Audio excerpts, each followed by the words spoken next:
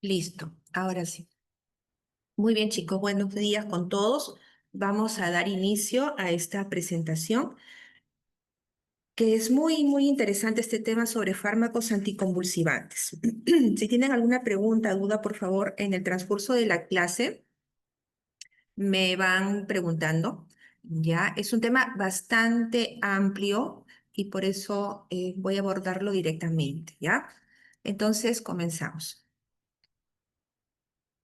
Bueno, primero hay que contextualizar frente a qué problema de salud nos vamos a enfrentar, ¿no? Y conocer el tipo de tratamientos farmacológicos que existen, ¿no? Para este problema de salud. Entonces, la epilepsia es una enfermedad cerebral no transmitible crónica que va a afectar a personas de todas las edades. Entonces, en sí la enfermedad es la epilepsia. ¿No? Ahora, en todo el mundo se identifican unos 50 millones de personas que pueden padecer epilepsia, ¿no? Y cerca del 80% de los pacientes viven en países de ingresos bajos y medianos, ¿no? Y se estima que el 70% de las personas con epilepsia podrían vivir sin convulsiones si se diagnosticaran oportunamente y trataran adecuadamente, ¿correcto? Entonces, el riesgo de muerte prematura en personas con epilepsia es de hasta 3 veces mayor que en la población general, según la fuente de la OMS. Ahora, en nuestro país, la epilepsia ha resultado ser la primera causa de morbilidad según el Instituto Nacional de Ciencias Neurológicas, ¿no? Durante el año 2024, ¿no? De hecho, se estima que en nuestro país viven con epilepsia aproximadamente 500.000 de personas, ¿no? Según la fuente del MINSA. Entonces, ¿cuáles van a ser los objetivos para esta clase? En primer lugar, se va a presentar generalidades, les voy a presentar generalidades sobre lo que es la epilepsia, un poquito sobre la terminología, epilepsia, convulsiones, crisis epiléptica, etcétera, ¿no? Vamos a ver cómo es que se clasifica el diagnóstico, muy a grosso modo para poder abordar los tratamientos y entender, ¿no? Se va a presentar la farmacoterapia que digamos, se utiliza, qué tipo de tratamientos tenemos según las generaciones de los anticonvulsivantes, los mecanismos de acción general o principal que tienen estos anticonvulsivantes. Luego vamos a desarrollarlo de la siguiente manera. Lo he dividido según su farmacocinética y farmacodinamia, porque la verdad, como así, es un tema bastante amplio. Opté por, digamos, verlo de manera panorámica, la farmacocinética de las 3 generaciones de los anticonvulsivantes, ¿no? De los tratamientos elegidos y posteriormente desarrollar la parte de la farmacodinamia para que se haga más asimilable, porque es bastante extenso. Luego comentar el uso de estas benzodiazepinas en el tratamiento de las convulsiones y tratamientos también verlo ya los de última generación, los de tercera generación. En el caso de las benzodiazepinas, hago ese énfasis porque ustedes también lo van a ver, digamos, el uso de las benzodiazepinas como ansiolíticos, por ejemplo, ¿no? Otro tipo de tratamientos u objetivos. En este caso es enfocado el uso de las benzodiazepinas a lo que es el manejo de la convulsión, ¿no? Y dentro de los últimos puntos vamos a revisar un poquito sobre las interacciones que tienen estos tratamientos anticonvulsivantes y cómo es que manejamos las convulsiones durante la gestación y cuáles vendrían a ser los principios generales del tratamiento para las convulsiones. Entonces veamos un poquito algunas generalidades. ¿De dónde proviene este término de epilepsia, ¿no? De esta palabra griega epilambanein, que significa ser atacada. La persona es atacada durante una crisis epiléptica. La OMS y la Liga Internacional contra la Epilepsia la define como una afección neurológica crónica. Esta es una enfermedad crónica, por lo tanto va a requerir tratamiento crónico, ¿no?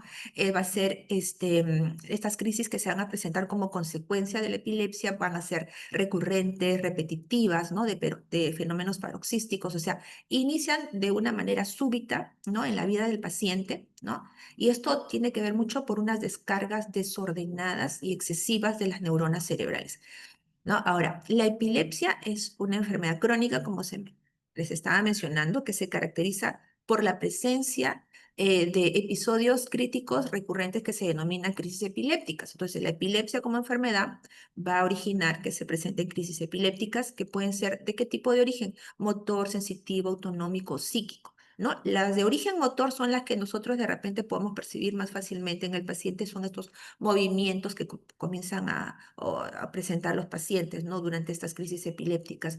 No, pero también de repente no se ven, pero ya en el cerebro hay una actividad neuronal completamente anormal, ¿no? Y por eso también tenemos estos tipos de crisis epiléptica, llámese sensitivo, autonómico, psíquico, que hay esa alteración neuronal, ¿no? Y el paciente comienza a presentar ilusiones, alucinaciones durante la crisis. Ahora, ¿por qué se producen esas crisis, ¿no? Esas crisis epilépticas. Estas crisis se van a relacionar con descargas anormales y excesivas de un punto del sistema nervioso llamado foco epileptógeno. Entonces, las crisis vienen como consecuencia de una descarga normal y excesiva de un punto del sistema nervioso central. Se menciona que las epilepsias se inician a nivel de la corteza cerebral, ¿no? Y en esa corteza es donde las neuronas comienzan a presentar este problema, estas descargas eléctricas anormales, ¿no? Y comienza con un foco epileptógeno, que también hay que ver cuántos focos epileptógenos pueden iniciarse, pero ese foco epileptógeno que se inicia con esas alteraciones eléctricas anormales de la neurona corresponde a un grupo de neuronas que van a ser afectadas, que están anormal, digamos, funcionamiento eléctrico está completamente anormal y eso es lo que va a originar las crisis epilépticas dentro de lo que vendría a ser la epilepsia. Ahora, la hiperactividad neuronal de las crisis se puede registrar, ¿no? Mediante el electroencefalograma, ¿no? Y esto nos va a dar trazos de patrones de ondas y signos característicos de los diferentes tipos de crisis epiléptica, ¿no? Hay una enorme variedad de síntomas, de patrones del electroencefalograma y esto va a ser la base para que se puedan clasificar de qué tipo de crisis presenta el paciente. Esto lo vamos a ver más adelante porque dependiendo del tipo de crisis epiléptica, se van a dar los diferentes protocolos para los tratamientos. Ahora, esto definitivamente ha sido de gran utilidad y ayuda para lo que va a ser el diagnóstico y el respectivo tratamiento. Em, entonces, un poquito resumiendo, la epilepsia viene a ser el trastorno de la función cerebral que van a padecer nuestros pacientes y esto se va a caracterizar por el surgimiento periódico y predecible de las convulsiones, ¿no? Ahora, y las convulsiones se refiere a un trastorno transitorio del comportamiento, puede ser de origen sensitivo, autonómico, psíquico, motor, ¿no? Y esto está causado por la activación desordenada, sincrónica y rítmica de poblaciones enteras de neuronas cerebrales, ¿no? Y hay que recordar que para que se manifiesten estas convulsiones, que también es lo mismo decir, crisis convulsivas, crisis epilépticas, eh, parten de un foco o varios focos epileptógenos dependiendo del tipo de crisis que presenten nuestros pacientes. Ahora, para poder entender un poco lo que van a ser los tratamientos farmacológicos, nos vamos a detener un poquito en entender qué ocurre con las neuronas alteradas que están fallando en nuestros pacientes. Esto tiene que ver con una hiperexcitabilidad neuronal, mencionábamos, ¿correcto? Entonces, comentemos que estas neuronas anormales que forman parte del del foco de la epileptogénesis van a mostrar qué cosa, alteraciones estructurales a nivel de la membrana de las neuronas. Entonces, ¿por qué comienzan a presentar estas fallas, alteraciones que generan en las crisis epilépticas? Entonces me dicen que las crisis epilépticas tienen que ver con eh, digamos, una alteración en lo que son las neuronas. Entonces, me dice en este primer párrafo que hay una alteración de estas neuronas afectadas, donde se puede dar inicio a las crisis estructurales, una alteración estructural de la membrana de las neuronas que condicionan modificaciones sustanciales en las características tónicos, entonces en la conductancia eléctrica. Entonces, porque las membranas ya tienen de por sí, digamos, una alteración, ¿no? Y por ende, esto va a afectar en su potencial de equilibrio y la velocidad de conducción. Entonces, ahí comencemos a marcar un poquito y a resaltar, ¿no? Entonces, hay una afección a nivel de las membranas, nos dice la literatura, ¿no? Ahora, los procesos moleculares que convergen con la aparición de esta serie de alteraciones dieléctricas, ¿no? El mal funcionamiento eléctrico que tienen las neuronas, va a depender fundamentalmente también de la actividad de receptores. Entonces, tanto ionotrópicos como metabotrópicos. Menciono esto y resalto Porque nos dice que estos procesos moleculares que también tienen que ver con estas alteraciones en el funcionamiento eléctrico de las neuronas también van a depender mucho de la actividad de receptores. Y acá dicen ionotrópicos, metabotrópicos. ¿Por qué? Porque vamos a ver también que dentro de la neurotransmisión neuronal va a ser importante y resaltamos, por ejemplo, neurotransmisores tipo glutamato, tipo AMPA. Y cuando hablamos sobre lo que son receptores para el glutamato puede actuar tanto a nivel de receptores ionotrópicos tipo NMDA, los AMPA, por ejemplo, y los también de tipo metabotrópicos, como lo que lo vamos a ver en un momentito, ¿no? Por ejemplo, los del mGlu-R, ¿no? Que lo vamos a ver que son diferentes tipos del mGlu-R 1, 2, 3, 4, 5, 6, 7, 8, ¿no? Entonces, a eso se refiere. Entonces, hagámonos la idea que también nos dice que la excitabilidad neuronal depende mucho de la actividad frente a de los neurotransmisores, frente a lo que es su interacción con receptores. Entonces, y la interacción frente a receptores puede ser tanto a nivel de receptores, que se van a encontrar a nivel de la membrana de la neurona, que pueden ser de tipo ionotrópicos o metabotrópicos, ¿no? Entonces, tanto también a nivel pre y postsinápticos, ¿no? Muy bien, vamos a ir viéndolo eso más adelante, pero esto es más o menos como que la parte inicial, general, importante entender para poder posteriormente entender cómo es que actúan los tratamientos, ¿no? Para antagonizar esta alteración a nivel de la neurona, ¿no? De las neuronas que se encuentran afectadas. Entonces, nos dice, si bien es cierto, no obstante, la liberación presináptica de la acetilcolina puede ser el estímulo que pueda desencadenar el fenómeno dieléctrico, estas alteraciones eléctricas en la conductancia neuronal. Es el ácido glutámico o el glutamato también que se conoce, el que refuerza y sostiene el proceso, lo que les mencionaba hace un rato. Entonces, el glutamato, la verdad que tiene varios tipos de receptores sobre los cuales pueden actuar, ionotrópicos y metabotrópicos. Y nos dice que puede ser el glutamato el que puede desencadenar este fenómeno dieléctrico, ¿no?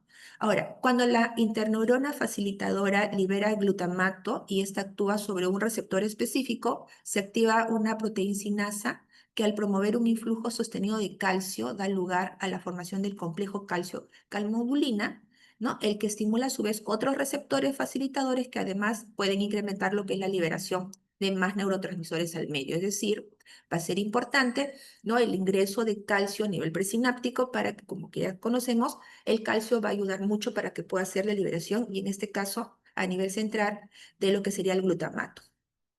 Ahora, durante el proceso de epileptogénesis, también si la contraparte, o sea, en un cerebro, digamos, en equilibrio, tanto la parte estimulante como inhibitoria están en equilibrio. Entonces, aquí estamos resaltando la importancia del papel excitatorio que tiene el glutamato, entonces, sobre todas las opciones de acción sobre los receptores. Pero también nos dice que durante este proceso de la epileptogénesis va a disminuir la actividad del ácido gamma aminobutírico, es decir, está en desventaja la parte inhibitoria porque disminuye además lo que es el neurotransmisor y las funciones que tiene el GABA, ¿no?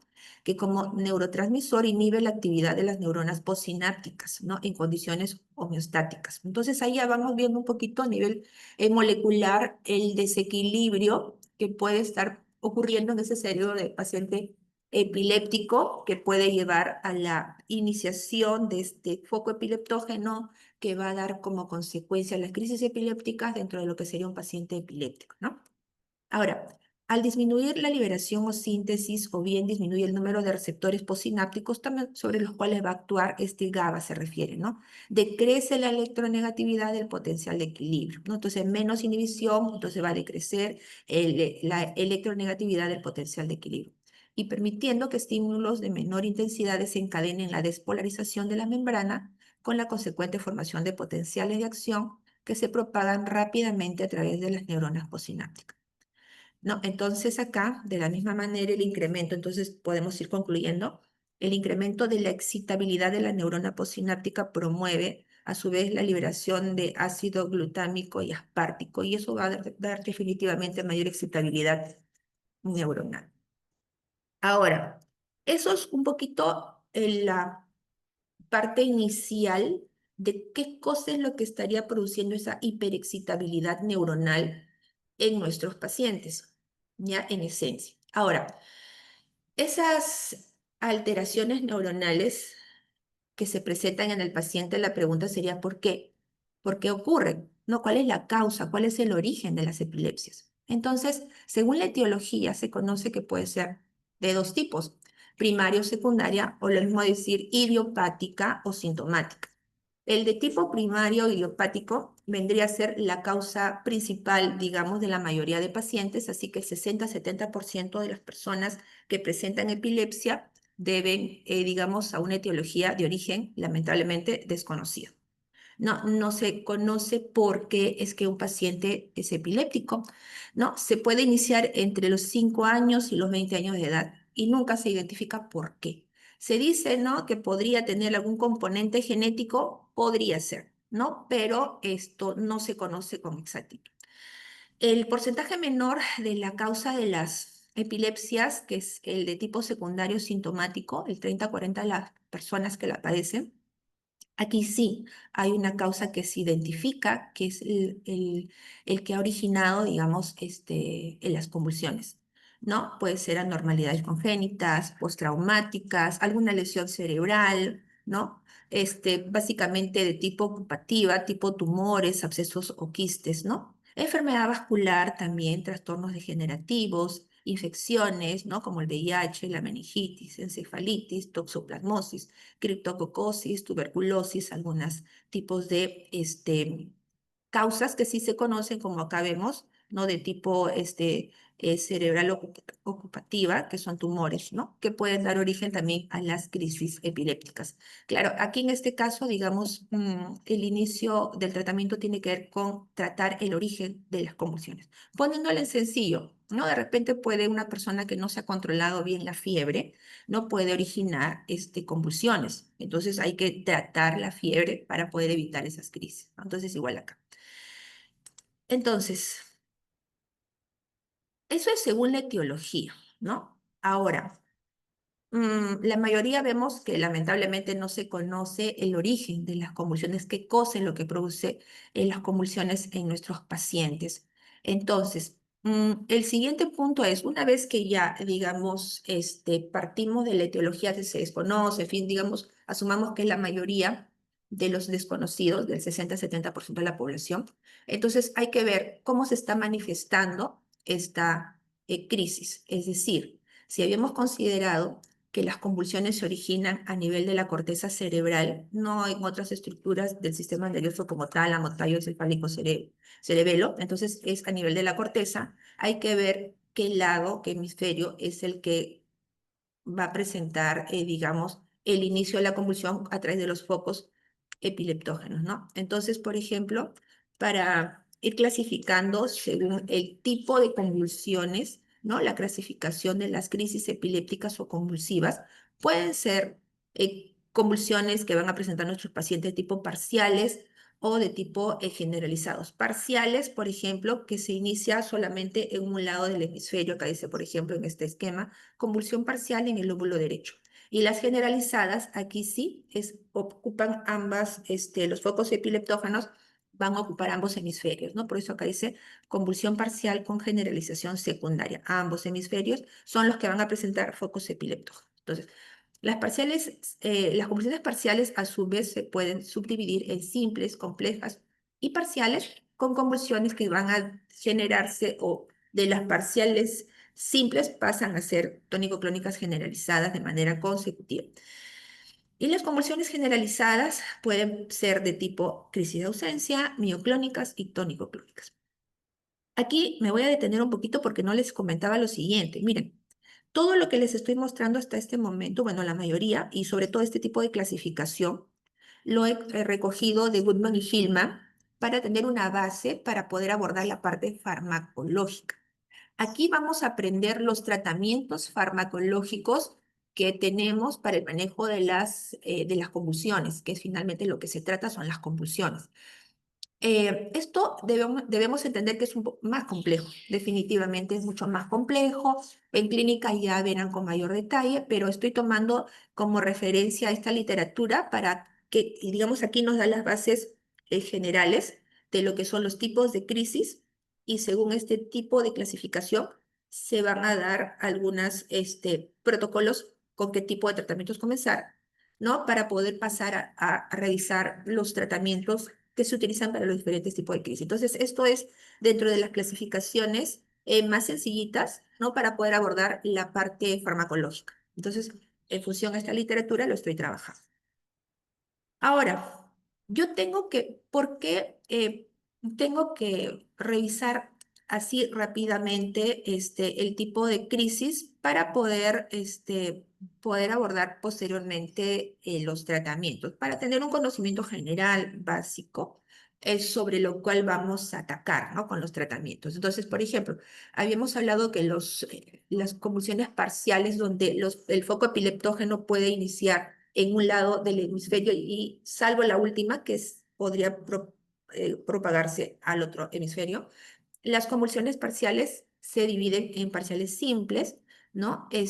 Aquí depende, como dice aquí este resumen, de la región de la corteza que se va a activar por la crisis, ¿no? Por ejemplo, si se activa la corteza motora que expresa el pulgar izquierdo, se van a procesar fluidas del pulgar, ¿no? Y solamente se va a mover el pulgar, ¿no? Aquí no hay pérdida del conocimiento del paciente, ¿no? Y en el electroencefalograma se observa un foco de inicio específico que no se va a propagar. Ahora, a partir de esta parcial simple en adelante, en todas las demás sí va a haber una pérdida del conocimiento. En el caso de las parciales complejas, acá hay una pérdida del conocimiento que dura de entre 30 segundos a 2 minutos del paciente, ¿no? Aunada a movimientos como chasquear los labios o agitar la mano, ¿no? Y en el electroencefalograma va a revelar un foco de inicio con escasa propagación. O sea, por eso se mantiene a un lado del hemisferio. Las parciales tónico-clónicas generalizadas de manera consecutiva nos dice que puede iniciar con una convulsión simple, una parcial, ¿no? Una parcial compleja, pero que va a evolucionar hasta convulsión tónico-clónica, ¿no? Y hay pérdida del conocimiento. Dentro de las generalizadas, donde ya hay focos epileptógenos en ambos hemisferios, tenemos las crisis de ausencia, las convulsiones mioclónicas y las convulsiones tónico-clónicas. En la crisis de ausencia no hay, digamos, movimiento, no hay una convulsión de tipo motor aquí. No, acá cómo se manifiesta, no hay una pérdida de conocimiento, la persona está con una mirada fija, ¿no? En un punto hacia la nada, ¿no? Y interrumpe sus actividades, ¿no? Y puede durar entre 30 segundos, ¿no? Ustedes le hablan, está desconectada completamente del entorno y si no hay movimiento, sí. O sea, en el cerebro hay varios focos epileptógenos que se han activado y hay una hiperexcitabilidad neuronal muy, muy fuerte, ¿no? Que hace que el paciente, digamos, deje de hacer lo que está realizando en ese momento, hay una pérdida del conocimiento, ¿no? Y como dice acá, el electroencefalograma presenta varios focos de inicio. En las mioclónicas, las convulsiones mioclónicas o espasmos infantiles, hay una contracción muscular breve, ¿no? Aproximadamente como de un segundo, es como una descarga eléctrica que se presenta, ¿no? Puede ser en una extremidad o en todo el organismo, como cuando se pasa una descarga eléctrica, ¿no? Y presenta varios focos de inicio. Y las convulsiones tónico-clónicas, ¿no? Se dice, es similar a las parciales secundariamente generalizadas, pero aquí directamente se activan los focos en ambos hemisferios, ¿no? Eh, pero no van presididas de ningún tipo de convulsiones parciales simples, ¿no? O parciales complejas. Ahora, aquí en el electroencefalograma hay varios focos de inicio. Y acá vemos, por ejemplo, en el dibujo, la fase tónica combina ambas fases, una fase tónica donde hay una rigidez, contracción de los músculos del paciente. Eso es muy fuerte. Si no se ataca estas tipo de crisis, sí, la verdad que puede ser hasta letal, ¿no? En esa fase tónica. Y la fase clónica, que son las contracciones y relajaciones. Esto nosotros lo vamos a ver también en el laboratorio. Vamos a producir un tipo de convulsiones generalizadas, ¿no? Para que puedan también tener una idea más clara. Ahora, una vez que sabemos los tipos de crisis epilépticas que se podrían presentar en los pacientes, un poquito sobre lo que es el diagnóstico, cómo llego a determinar que mi paciente tiene uno u otro tipo de crisis, ¿no? El cuadro clínico, ¿no? En una convulsión típica, por ejemplo, del gran mal, el ataque va precedido de un cuadro denominado aura, aunque la verdad se menciona que sí, los pacientes es como que tienen una sensación de que va a venir la crisis, ¿no? Presienten, digamos, eso se denomina el aura, ¿no? Puede ser como una cefalea, hay un cambio de humor, ¿no? Y letargia, ¿no? Durante el ataque el paciente va a perder el conocimiento, ¿no? Por eso se denomina de gran mal, ¿no? En muchos casos la aparición del ataque es impredecible, ¿no? Así como también se menciona. O sea, puede presentir ese aura o de repente sencillamente ataca, ¿no? Inclusive también durante el sueño también podrían presentarse las crisis epilépticas, ¿no? ¿Qué puede precipitar una crisis epiléptica? Pacientes predispuestos a esta enfermedad, la falta de sueño, una medicación inadecuada, digamos, si el paciente ya ha sido diagnosticado y no después de un tiempo de haber estado controlado la crisis, presentan convulsiones, podría ser también que la medicación no haya sido también correcta, en fin, ¿no? Alcohol, estrés emocional, el uso de ruidos intensos, fiebre, ¿no? Eh, a- Hay exámenes que van a ayudar para el diagnóstico, ¿no? Como por ejemplo mencionábamos el electroencefalograma para determinar qué tipo de epilepsia y tratamiento se debe seguir, la tomografía, resonancia cerebral, ¿no? Para determinar dónde se localiza y la naturaleza del foco epileptógeno para poder determinar si es parcial, si es generalizada, por ejemplo, ¿no? Y otros exámenes, por ejemplo, estudios serológicos, ¿no? Hay que ver, ¿no? Cómo está esa glucosa, de repente está muy baja, hay que ver, hay que comenzar a descartar, porque una glucosa baja también podría traer crisis epilépticas, crisis convulsivas, ¿no? Análisis de líquido cefalorraquídeo, función renal y hepática, entre otros. Ahora, em, hace muchos años se menciona que se buscaba y se pretendía encontrar un fármaco anticonvulsivante para que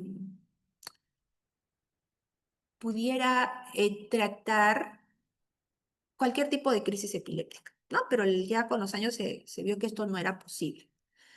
Entonces, por eso acá el primer párrafo dice, el anticonvulsivo ideal suprimiría todas las convulsiones, ¿no? Sin generar efectos adversos de ninguna clase. Bueno, no existe hasta el momento, digamos, un fármaco que pueda cubrir todos los tipos de crisis que puedan presentar nuestros pacientes y menos también que ante un tratamiento crónico, no hayan efectos adversos, ¿no? Los fármacos de uso actual logran controlar la actividad convulsiva en algunos pacientes, la verdad que en la mayoría, no sin causar en muchos casos efectos que nosotros no queremos, ¿no? Y que puede variar, claro está, en gravedad, desde trastornos mínimos del sistema nervioso central hasta muerte por anemia plástica o insuficiencia hepática, que ya serían reacciones adversas muy severas, ¿no? Que la verdad que con un buen control se puede superar. ¿No? Entonces ahora ya ha avanzado mucho la ciencia, entonces esto se sabe que podría presentar, en fin, como que ya lo hemos visto, de repente hay mayor predisposición de esto último, de muerte por anemia plástica, insuficiencia hepática, etcétera, cierta predisposición, ¿no? Y ya que hemos revisado la semana pasada la RAM, ¿no? Por lo general RAM de tipo B, ¿no? Entonces la susceptibilidad del paciente también entra a tallar mucho en este sentido. Ahora, ¿qué tipo de tratamientos tenemos? ¿Qué opciones dentro de la farmacoterapia? Acá vemos un cuadrito, ¿no? Que resume un poquito sobre las estructuras, porque la estructura me va a dar una idea de cómo actuaría frente a qué tipo o cuál sería su mecanismo de acción. Y nos dice, por ejemplo, que los fármacos antiepilépticos pertenecen a grupos de composición heterogénea en función a lo que es la estructura química, ¿no? Entonces, por ejemplo, acá vemos estas estructuras pueden ser similares, pero esta del ácido valproico, por ejemplo, es diferente a la de la carbamazepina, por ejemplo, ¿no? O de la etosuximir. Aunque existen ciertas semejanzas estructurales entre algunos anticonvulsivantes, no siempre comparten el mecanismo de acción o su espectro terapéutico, ¿no? Ahora, esto lo tomé de Flores y aquí clasifican, por ejemplo, las opciones de fármacos. Ya hemos revisado un poquito sobre lo que es el problema de salud de este paciente. Ahora, vamos a ver con qué opciones de tratamientos anticonvulsivantes contamos dentro del arsenal terapéutico. Acá Flores considera tres generaciones que se utilizan en clínica. Dentro de lo de primera generación, los clásicos, fenobarbital, fenitoína, ¿no? Que nosotros yo creo que la mayoría hemos ya, nos suena este nombre porque lo hemos venido revisando desde la farmacocinética, cuando vimos principios generales de farmacología, ¿no? Hay problemas también con este tratamiento, ¿no? En cuanto al metabolismo que puede producirse o la interacción a nivel metabolismo, que lo vamos a ver en un ratito, ¿no? Pero este está dentro de lo que son de primera generación, la etosuximida, también otro fármaco, la primidona, también otro fármaco de primera generación. Dentro de los tratamientos de segunda generación, tenemos a la carbamazepina, el ácido valproico y benzodiazepinas. Dentro de la tercera generación tenemos a la vigabatrina, gabapentin o gabapentina, felbamato, la motrigina, topiramato, la fosfenitoína, y tenemos también la tiagabina, el levetiracetam, sonizamida y oxcarbazepina también. Ahora, vamos a ver qué diferencias hay entre uno y otro, ¿no? Porque, por ejemplo, les debe sonar algo curioso que tenemos por esta parte de la primera generación una fenitoína, pero que en la tercera generación apareció ya la fosfenitoína. Vamos a ver en un ratito. ¿Qué ventajas trae una generación de la otra? Bueno, los antiepilépticos se menciona que de segunda generación. Ah, pero antes de esto, mencionar. eh, Primero hay que diferenciar. Desde el punto de vista farmacológico, cuando hablamos de generaciones de fármacos, son nuevos fármacos que aparecen. Digamos, si había una de primera y aparece una de segunda, o en este caso como que también de tercera, se asume de que los que están apareciendo, generaciones posteriores a las iniciales, deben de tener algún plus a favor de esas nuevas generaciones que le hacen el situarse en estas nuevas. Entonces, a eso vamos. Entonces, ¿qué ventajas tiene la de segunda generación frente a las de primera? ¿Qué ventajas tiene la de tercera? ¿No? Ahora, los antiepilépticos de segunda generación, como la carbamazepina y el ácido valproico, han sustituido, por ejemplo, a los de primera. ¿Por qué? Porque son más eficaces, ¿no? O en todo caso, una eficacia similar, vamos a ponerlo así. Pero ¿es mejor en qué sentido? Van a tolerar mejor los pacientes a estos tratamientos que los de primera generación, ¿no? Si bien es cierto, eficacia similar, pero mi plus es que, bien, me va a ir mejor porque mi paciente va a tolerar mejor estos tratamientos y tienen un mejor perfil farmacocinético. Ahora, las benzodiazepinas hay que relacionar ya desde que cuando se utilizan de manera crónica van a haber efectos secundarios, ¿no? Y básicamente porque van a comenzar a desarrollar tolerancia a los tratamientos. Entonces ahí es como que una limitación. La verdad que por lo general las benzodiazepinas más se relacionan para tratamientos agudos, no para crisis agudas. No. Ahora, los antiepilépticos de tercera generación se van a caracterizar por una buena tolerabilidad y porque tienen menos interacciones. Porque la verdad que los de primera generación tienen muchas, muchísimas interacciones si se tendría que utilizar entre sí, ¿no? Entonces, los de tercera generación son bien tolerados, interaccionan menos, ¿no? Que estos de primera generación. Y algunos de ellos son eficaces frente a epilepsias resistentes, ¿no? A los clásicos. Y se pueden utilizar también como coadyuvantes. Bueno, cuando no funcionan los tratamientos de primera o de segunda generación, porque hay que ver acá la eficacia, finalmente yo tengo que elegir el tratamiento que pueda inhibir las convulsiones en mi paciente, ¿no? Claro que lo tolero.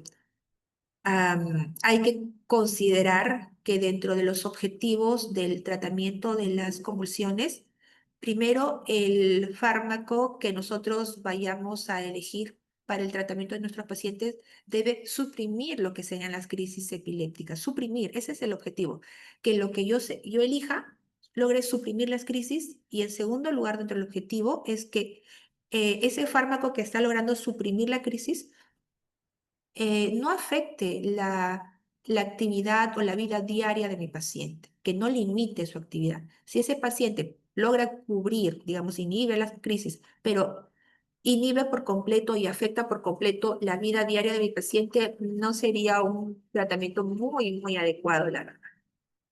¿Ya? Entonces, como vemos, la enfermedad en sí, epiléptica, es muy compleja. No existe, se menciona un consenso respecto a los tratamientos medicamentosos y por lo tanto hay varios esquemas terapéuticos de la farmacoterapia antiepiléptica.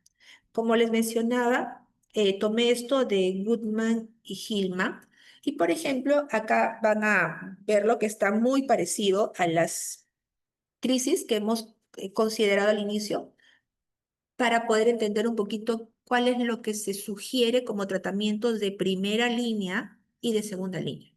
Aquí establezcamos diferencias. Hace un rato presentaba los fármacos por generación. Primera generación, segunda generación, tercera generación, hemos hablado sobre el plus que tiene en cuanto a la eficacia, que son muy similares, tolerabilidad, mejor tolerabilidad, menos interacciones entre la comparación de generación y generación. Pero acá es otro punto, otro término que les estoy mencionando. Dependiendo del tipo de crisis epilépticas o las convulsiones o tipo de convulsión que presente, como vemos acá, aquí tenemos de este lado, según la evidencia clínica, porque esto no es que a Goodman y Gilman se le haya ocurrido, ¿no? Sino que también entre todo lo que es la recopilación de información, los años de experiencia que se tienen con los tratamientos anticonvulsivantes, se ha determinado, por ejemplo, que en los pacientes que presentan, una vez hecho el diagnóstico, parcial simple o un paciente que presenta una crisis epiléptica de tipo parcial compleja, ¿no? Por ejemplo, para este tipo de pacientes, los tratamientos convencionales de primera línea, los que van a funcionar, con los que se ha visto mejor eficacia, sería la carbamazepina, fenitoína y valproato. Y aquí va a la cabeza la carbamazepina, como que lo ven también está más grande, ¿no? Porque es la que se sugiere como tratamiento de primera línea y con el que mejor responden los pacientes. En el caso de la parcial de tipo secundariamente generalizada, tenemos ahí también la carbamazepina y digamos si no me va bien con la carbamazepina, puedo optar por el fenobarbital, fenilidantoína o la fenitoína, que es lo mismo, fenitoína es lo mismo, la primidona, el valproato. Pero ¿qué pasa si es que no responde mi paciente ante estos tratamientos de primera línea? Vamos con los de segunda línea, ¿no? Por ejemplo, en el caso de las convulsiones generalizadas, los de primera línea para las crisis de ausencia funcionan muy bien la etosuximida, el valproato, ácido valproico, el clonazepam. Pero ¿qué pasa si no responden a esos tratamientos? La siguiente opción sería la lamotrigina, por ejemplo. Y así lo van a ir revisando para que podamos ir familiarizándonos con los tipos de tratamientos para los diferentes tipos de crisis epilépticas, ¿correcto? Ahora, hemos visto hemos hecho una introducción sobre lo que es la epilepsia, las crisis epilépticas o convulsivas, la etiología de las convulsiones, la clasificación según las crisis o tipos de convulsiones. Hemos revisado los tratamientos que se utilizan dentro de lo que es la farmacoterapia, dentro de lo que es primera, segunda, tercera generación. Hemos presentado algunos de los tratamientos para cada una de las generaciones y luego ya la hemos visto unificada en esquemas, ¿no? Tipo de crisis, ¿no? Epiléptico-convulsiva versus tratamientos de primera línea, ¿no? Tratamientos de segunda línea. Y ahora la pregunta es, ¿qué mecanismos tienen estos tratamientos que vemos aquí? Por ejemplo, un poquito resumido, ¿cómo es que actúa la carbamazepina para que pueda inhibir las crisis de tipo pacientes con convulsiones parciales simples o las convulsiones mioclónicas o las tonicoclónicas? ¿Qué tienen estos tratamientos que los hacen ser eficaces? ¿No? Ya en lo que es la población en general, efectivos. Bueno, entremos ya un poco a lo que sería la parte farmacológica. Por ejemplo, punto de partida, yo tengo que identificar cuáles son los mecanismos de acción generales que presentarían los anticonvulsivantes, ¿no? Según Goodman y Hillman, menciona tres mecanismos de acción principales, ¿no? Dentro de lo que serían los tratamientos anticonvulsivantes. Entonces, para esa hiperexcitabilidad neuronal que presentan las neuronas de los focos epileptógenos, uno de los mecanismos consistiría en que se limiten las descargas reiteradas de las neuronas, ¿no? Lo que se lograría al mantener el estado inactivo de los conductos de sodio. Recuerdan que les mencionaba un poco sobre que Porque hay esta hiperexcitabilidad neuronal y se mencionaba que el problema puede estar a nivel de la membrana de las neuronas, ¿no? Y aquí a nivel de las membranas vamos a ver diferentes mecanismos desde el ingreso de sodio, de calcio, receptores, no ionotrópicos, metabotrópicos, que tendrían que ver con la excitabilidad neuronal. Entonces, uno de los mecanismos que pueden ayudar a inhibir la crisis tiene que ver con la mantener el estado inactivo de los conductos de sodio, ¿no? Por ejemplo, acá activas por voltaje. Por ejemplo, la fenitoína y la carbamazepina, y eso sería un mecanismo principal. Otro mecanismo parece ser la inhibición o contribuir, ¿no? Con lo que es la inhibición, ¿no? A nivel de las sinapsis mediadas por el ácido aminobutírico gamma aminobutírico, ¿no? Por el GABA. Es decir, por ejemplo, estos fármacos que son eficaces contra las convulsiones más frecuentes, tipo todas las parciales, las tónico-clónicas generalizadas, ¿no? Tiene que ver mucho con lo que sería potenciar o facilitar la acción inhibidora de lo que es el neurotransmisor GABA, ¿no? Porque mencionábamos de que el problema puede ser que haya mucha excitabilidad neuronal por parte del glutamato y baja inhibición neuronal por parte de una disminución del GABA, ¿no? Por eso acá dice otro mecanismo de acción tendría que ver con esto del GABA. Y acá vemos más o menos el lugar de acción de las benzodiazepinas sobre lo que es el receptor GABA-A, que cuando se activa conduce cloruro, y de este lado, digamos, el lugar de acción para los barbitúricos, ¿no? Pero otro mecanismo de acción general de los fármacos anticonvulsivantes tendría que ver con inhibición de conductos de calcio, ¿no? Activados por voltaje. Básicamente los encargados de las corrientes de calcio tipo T. Y acá tenemos, por ejemplo, la etosuximida que vemos aquí. Normalmente este canal de calcio activado por voltaje conduce el calcio. Eso también tendría que ver mucho con la hiperexcitabilidad neuronal. Y lo que podría hacer el valproato, la etosuximida, es bloquear. Entonces aquí ya no hay más ingreso de calcio. Este calcio se quedaría bloqueado aquí. Ahora, hay diferentes mecanismos de acción. Esto de acá también lo tomé de Goodman y Hillman. Y estamos viendo acá, por ejemplo, una serie de mecanismos que pueden ser, por ejemplo, el lugar molecular donde actúa fenitoína, fosfenitoína, carbamazepina, lamotrigina, topiramato, valproato, etcétera, ¿no? Las benzodiazepinas. Tiene que ver, por ejemplo, modulando los conductos de sodio, bloqueando los canales de calcio, ¿no? Los canales de calcio a nivel de los ligandos alfa 2 delta, que es el lugar de acción del canal de calcio, ¿no? Hay, por ejemplo, para la gabapentina, ¿no? Pero también pueden haber tratamientos que pueden facilitar la acción del GABA, ¿no? A través de inhibición de la captación de GABA, ¿no? Entonces, para que haya mayor disponibilidad sináptica, mayor actividad, mayor biodisponibilidad de GABA a nivel sináptico. ¿No? Entonces acá tenemos varios mecanismos de acción antagonista de los receptores de NMDA, antagonista de receptores AMPA, que la verdad sonaría un poquito complicado, ¿no? Y acá les dice, por ejemplo, las consecuencias de la acción. Pero esto vendrían a ser, digamos, cada uno de los diferentes mecanismos que tendría los fármacos anticonvulsivantes, ¿no? También estas proteínas de vesículas sinápticas que acá también podrían actuar. Pero vamos a ver esto, cómo es que se entiende ya que estamos abordando lo que son los fármacos. Para partir, los objetivos dentro de lo que serían los tratamientos farmacológicos para las convulsiones, los objetivos neuronales de los fármacos anticonvulsivos actuales, ¿no? Y los medicamentos potenciales para el tratamiento y manejo de las convulsiones, incluyen tanto, o sea, ¿dónde van a actuar estos tratamientos? Van a incluir tanto su actividad, tanto a nivel de las sinapsis excitadoras, ¿no? Y a través de las sinapsis inhibidoras, es decir, van a actuar los fármacos anticonvulsivantes a nivel de la sinapsis glutamatérgica, la excitabilidad de las excitadoras, y la sinapsis GABAérgica. Acá, esto sí me gustó mucho, este esquema que lo tomé del CATSUM. Y un poquito para redondear, se avanzó mucho, avanzó al GABA, vamos a retroceder. Entonces, hace un rato ya les dábamos un poquito la introducción sobre estos alteraciones de la neurona y mencionamos que a nivel de la membrana neuronal había una alteración de lo que es dice membrana en general, ¿no? Pero que tiene que ver con sus receptores ionotrópicos y metabotrópicos, por ejemplo.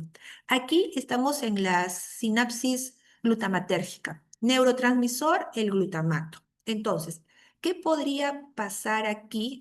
Digamos que podría afectar eh, la excitabilidad neuronal.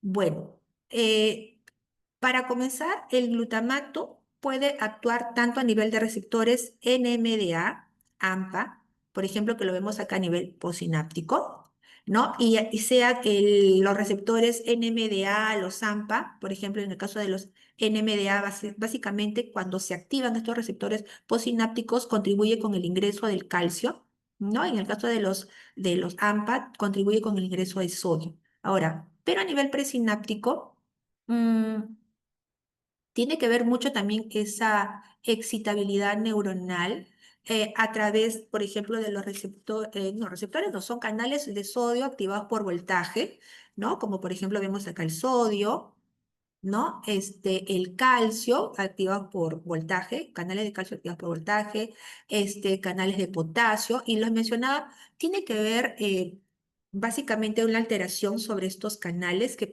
podrían aumentar lo que es la conductancia también de lo que es la liberación de los neurotransmisores, en este caso glutamato. Entonces, me explico. Entonces, el glutamato puede actuar tanto a niveles de receptores ionotrópicos, NMDA, los AMPA.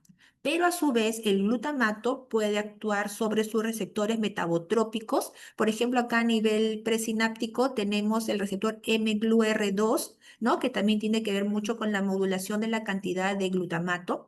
¿No? Por ejemplo, acá también tenemos el mGlu-R3 que estamos viendo de tipo nivel presináptico, ¿no? Que también tiene que ver mucho con lo que vendría a ser la liberación de más neurotransmisor glutamato.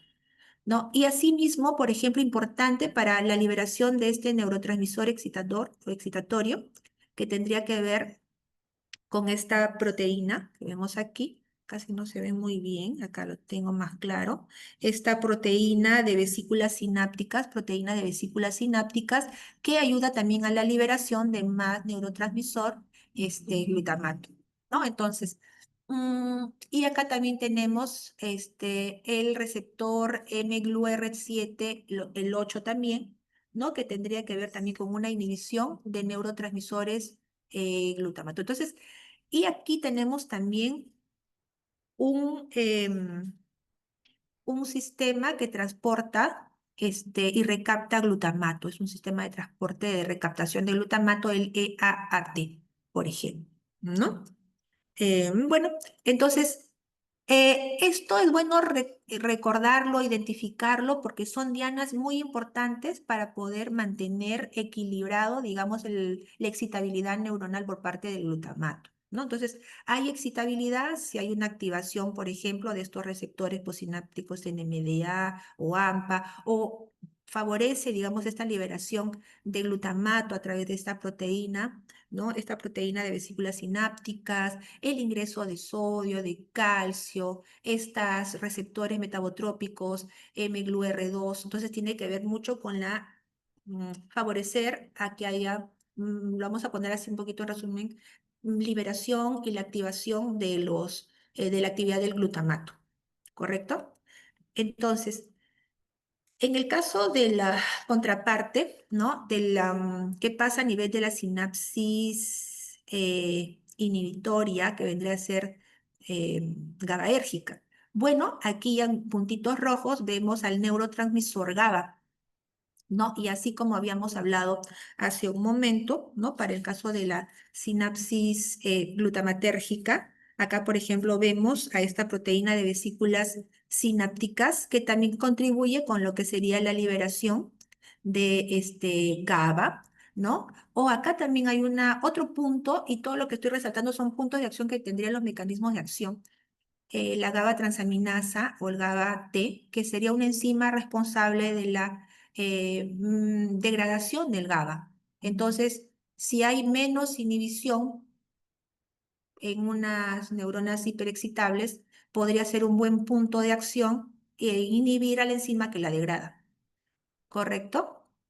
Y bueno, acá vemos a nivel postsináptico también, en el caso de los receptores GABA a nivel postsinápticos, que cuando se activan a través de estos neurotransmisores GABA, lo que va a hacer es inhibir, digamos, el potencial, ¿no?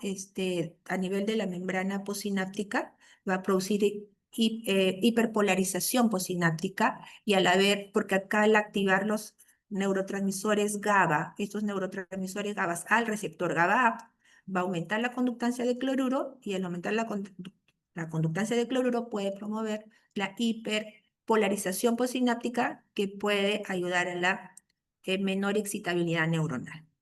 ¿Correcto? Más o menos esto es en resumen. Ahora, tenemos una idea así, entonces, de dónde es y cómo es que los fármacos anticonvulsivantes actuarían, ¿no? Entonces, la mayor parte de fármacos anticonvulsivantes se van a administrar por vía oral y comenzamos a revisar un poquito sobre lo que sería la farmacocinética. Mm, Y como el problema es a nivel neuronal, se asume que los que ingresen por la vía que ingresen, y básicamente la mayoría por vía oral, tienen que atravesar la barrera hematoencefálica. O sea, todos tienen que llegar a atravesar la barrera hematoencefálica para que puedan alcanzar sus dianas de acción, tanto a nivel de la sinapsis glutamatérgica o la sinapsis GABAérgica, ¿correcto? Ahora, la mayoría son poco solubles, pero eso no quiere decir que no llegan. Eso que sean poco solubles puede retardar un poquito el ingreso, pero finalmente van a alcanzar su objetivo, ¿no? Su objetivo, su biofase. Su absorción suele ser buena, del 80 al 100% de la dosis llega a la circulación. Entonces tienen una buena y alta biodisponibilidad, ¿no? Entonces, y miren, esto es la mayoría de fármacos, vienen por vía oral, pero una vez que se absorben, tienen una muy buena absorción. Estamos hablando de 80-100% de dosis. Entonces, que llega a circulación, estamos hablando de biodisponibilidad. Ahora, la mayor parte de los fármacos anticonvulsivos o anticonvulsivantes, excepto la fenitoína, tiagabina y el ácido valproico, no se unen en gran medida a las proteínas plasmáticas. Los fármacos anticonvulsivos se van a eliminar principalmente a través de mecanismos hepáticos, ¿no? Y muchos se convierten a metabolitos activos que también se eliminan por el hígado. Estos fármacos se distribuyen de forma principalmente en el agua corporal total, ¿no? Su eliminación plasmática es lenta en términos relativos. Entonces, muchos de estos anticonvulsivos se consideran de acción media o prolongada, ¿no? Y algunos tienen vidas medias mayores a 12 horas, ¿no? Si tienen un alto tiempo de vida media, está aceptable, digamos, para que no sean muy frecuentes las administraciones, ¿no? Ahora, varios de los fármacos anticonvulsivos antiguos son potentes inductores, ¿no? De las enzimas microsomales hepáticas. Aquí hay un problema. Por eso se habla de las de primera generación, y ahí está la fenitoína, son fármacos que pueden afectar el metabolismo de otros fármacos al ser inductores enzimáticos. ¿Correcto? Muy bien. Entonces, estoy en el laboratorio, así que están tocando la puerta. No sé quién será. Que siga. Bueno, vamos entonces con el cuadrito resumen que he realizado sobre lo que serían los tratamientos de primera generación, de segunda generación. ¿Ya?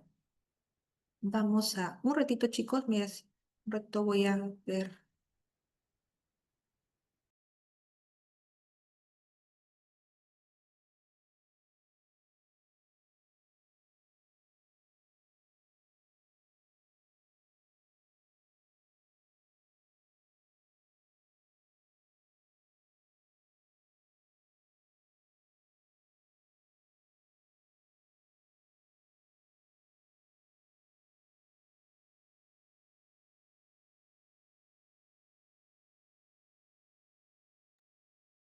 Bien, continuamos. Era Walter.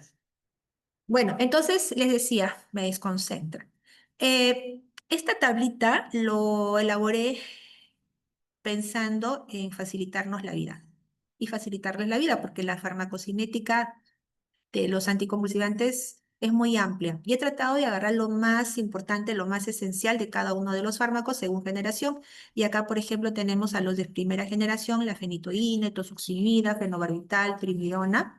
Los de segunda generación, la carbamazepina, por ejemplo, el ácido valproico, ¿no?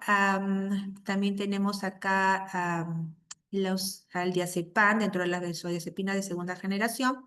Y dentro de los de tercera generación tenemos acá el filmamato, la motrigina, gabapentina, topiramato y tiagabina. Bien. Ahora, esto ya lo voy a dejar para que ustedes también ya con detalle lo puedan revisar, pero sí me interesa cómo poder analizar esta tablita en cuanto a la farmacocinética, porque no todo es conocer, si bien es cierto, estábamos abordando un poco la farmacodinamia de los mecanismos de acción que tienen los fármacos anticonvulsivantes, es para que llegue a su lugar de acción, es cómo llega, cuánto llega. Hemos visto de manera general, ¿no? Pueden llegar entre 80 a 100%, inclusive siendo por vía oral la mayoría. Pero, por ejemplo, los de primera generación, como en el caso de la fenitoína, nos dice, bueno, habíamos hablado que es baja biodisponibilidad, pero finalmente se va a absorber completamente, ¿no? Tiene una biodisponibilidad del 95% y esto es bien importante para la fenitoína. Tiene una contraindicación. La fenitoína se puede administrar tanto por vía endovenosa como por vía oral, no por vía intramuscular, como lo vemos acá, está contraindicada. ¿Por qué? Porque si se administrara, que está contraindicada, la fenitoína por vía intramuscular, lo que va a pasar es que se va a precipitar en el músculo debido a que es altamente alcalina. Estamos hablando de un pH de 12, 12 de pH de la fenitoína, lo cual hace que se precipite en el músculo y no tiene sentido, digamos, tenerlo precipitado en el músculo si finalmente no se va a absorber. Ahora, otro punto que habría que revisar aquí es, por ejemplo, su metabolismo. Cuando ustedes revisen acá metabolismo, a través de la CYP12-9, CYP12-10, CYP12-19, ajá, acá tenemos a las enzimas responsables de la inducción enzimática que podría tener la fenitoína. Otro dato que se menciona, por ejemplo, del tiempo de vida media plasmática que tiene la fenitoína es que su tiempo de vida media, por ejemplo, es de 6 y acá sería 6 y 24 horas o 6-24 horas. Si comparamos con los otros, por ejemplo, acá es 4 veces más, ¿no? El de 6 a 24, 4 veces más. Acá tenemos para el tofuximida muy puntual 30 horas, 60 horas, 100 horas, 5 a 15, más o menos 3 veces más, pero tiene que ver acá la primidona porque hay un metabolito que vendría a ser el fenobarbital. A lo que yo quiero llegar es que en el caso de la fenitoína, por ejemplo, hay esa gran diferencia en el tiempo de vida media plasmática porque es el fármaco que pasa de una cinética de eliminación de primer orden a orden cero. Como esos tratamientos son de origen, digamos, de tratamiento crónico, lo que va a pasar es que con el tiempo esto se va a saturar los mecanismos de eliminación y eso va a hacer de que la cantidad de fármaco a nivel plasmático puede ser mucho mayor de lo que se está eliminando. Entonces ahí es donde ya pasa a una cinética de eliminación de orden cero. Entonces, ¿qué va a pasar? Ya el paciente va a comenzar a experimentar efectos de toxicidad por parte de la fenitoína y lo que hay que hacer es estar evaluando, evaluando para ver no llegar a esto o ajustar ya las dosis cuando se presenten estos efectos. Y así van a ir ustedes viendo, por ejemplo, en el caso de la etosuximida, unión a proteínas plasmáticas, por ejemplo, no se fija la etosuximida a proteínas plasmáticas, el fenobarbital, y también acá tenemos que las isoenzimas con las cuales va a ser metabolizado y por lo tanto va a ser un inductor enzimático. En el caso de la primidona, que hay dos metabolitos acá, fenobarbital, feniletilmalonamida, ¿no? Entonces acá por eso es variable y se entiende el tiempo de vida media porque tiene que ver con la presencia de metabolitos activos, ¿no? Y puntos claves para no demorar mucho aquí es comiencen a identificar un poquito sobre los que son inductores, ciertas particularidades, por ejemplo, como el caso de la fenitoína, las contraindicaciones, ¿no? Y así vamos a ir avanzando, por ejemplo, en el caso de los de benzodiazepinas. Acá, lo siguiente. Miren, La tablita les he puesto buena absorción oral, pero es básicamente para que tengan una idea lo rápido que actúa el diazepam, porque si vamos a hablar del diazepam como tratamiento anticonvulsivante, el diazepam solamente se utiliza por vía endovenosa. Entonces, para el uso anticonvulsivante es por vía endovenosa. Y si es por vía endovenosa, la biodisponibilidad va a ser de 100%, ¿no? No vía oral, porque como estamos hablando de una crisis epiléptica, es que ya corte lo más pronto posible la crisis, se coloca vía endovenosa, es altamente liposoluble, atraviesa barrera hematoencefálica y alcanza sus receptores para que puedan actuar, ¿no? Entonces, eh, ¿qué más? Y también estamos hablando de sus metabolitos tipo de metildiazepam, los azepam, un metabolito activo, ¿no? Y que también tendría que ver con una inducción enzimática.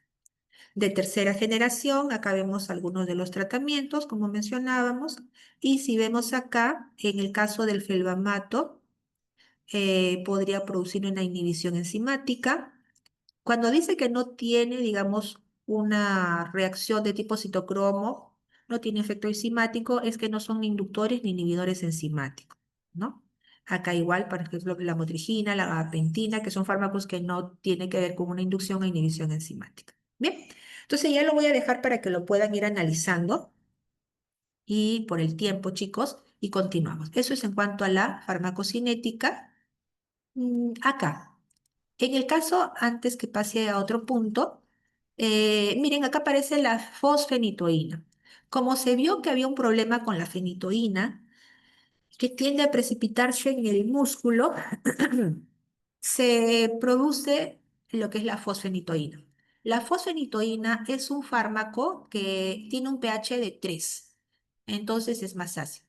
Entonces, a diferencia de la fenitoína, que tiene pH 12. Entonces, al tener un menor pH, lo hace, digamos que se puede hacer ideal para la administración intramuscular. Y en el caso de la fosfenitoína, puede ser administrado tanto intramuscular e intravenoso y se va a convertir luego en fenitoína. Y superado el problema de la precipitación cuando se administra solamente fenitoína. ¿Ya? Bien, ahora, como les mencionaba, en mi tablita como que a grosso modo un poquito de datos farmacocinéticos, pero aquí, según Goodman y Hillman, ya nos da una idea mucho más clara de los tipos de isoenzimas, isoformas, y cada uno de los fármacos y cuáles son los que pueden producir inducción enzimática o que pueden inhibir, ¿no? ¿Cómo se llama? Ciertas isoenzimas. Y acá, por ejemplo, ¿no? Vamos a agarrar, por ejemplo, oxcarbamazepina, que puede inducir, ¿no? A través del la citocromo CYP3A4, CYP3A5, ¿no? Y esto podría producir una inducción enzimática para otro tratamiento que utilice este mismo isoforma o isoenzima, ¿no? Y, por ejemplo, el topiramato, que puede inhibir a las enzimas 2C19. Entonces, acá tenemos los que inducen, y si hay una inducción, se va a metabolizar más rápidamente el fármaco que utiliza este mismo sistema de metabolización. Y los que inhiben pueden prolongar la permanencia del fármaco. ¿No? ¿Correcto?